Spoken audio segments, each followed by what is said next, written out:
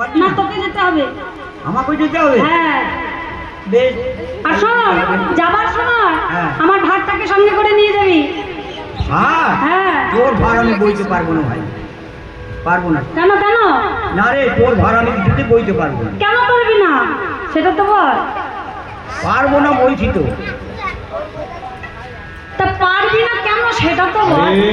বিশ্ব ব্রহ্মাণ্ডের ভার কি আমি নিতে পারি? ও না না না, আমি সেই ভারের কথা বলিনি, আমি বলছি সামান্য ঝোলাটার ভারের কথা।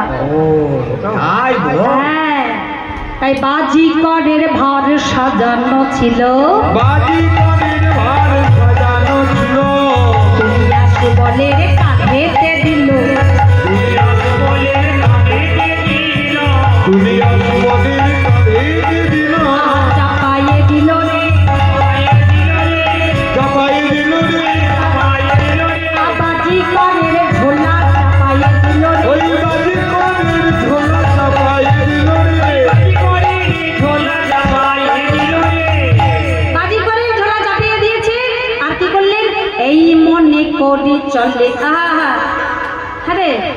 চলে তো যাচ্ছে, কিন্তু যাবার আগে তো তোকে জিজ্ঞাসাই করা হয়নি কোথায় যাব সর্বপ্রথম।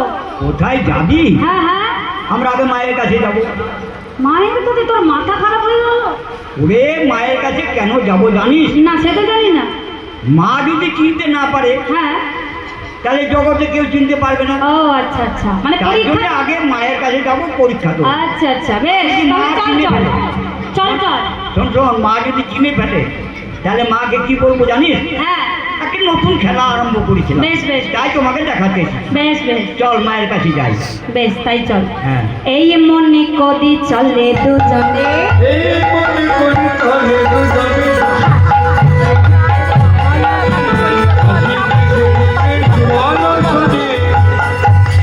এই মনে করি চলে দুজনে, হাসিতে খেলিতে সুবলের সুবল শোনে। আর এমনি হলো কি উপনীত আসে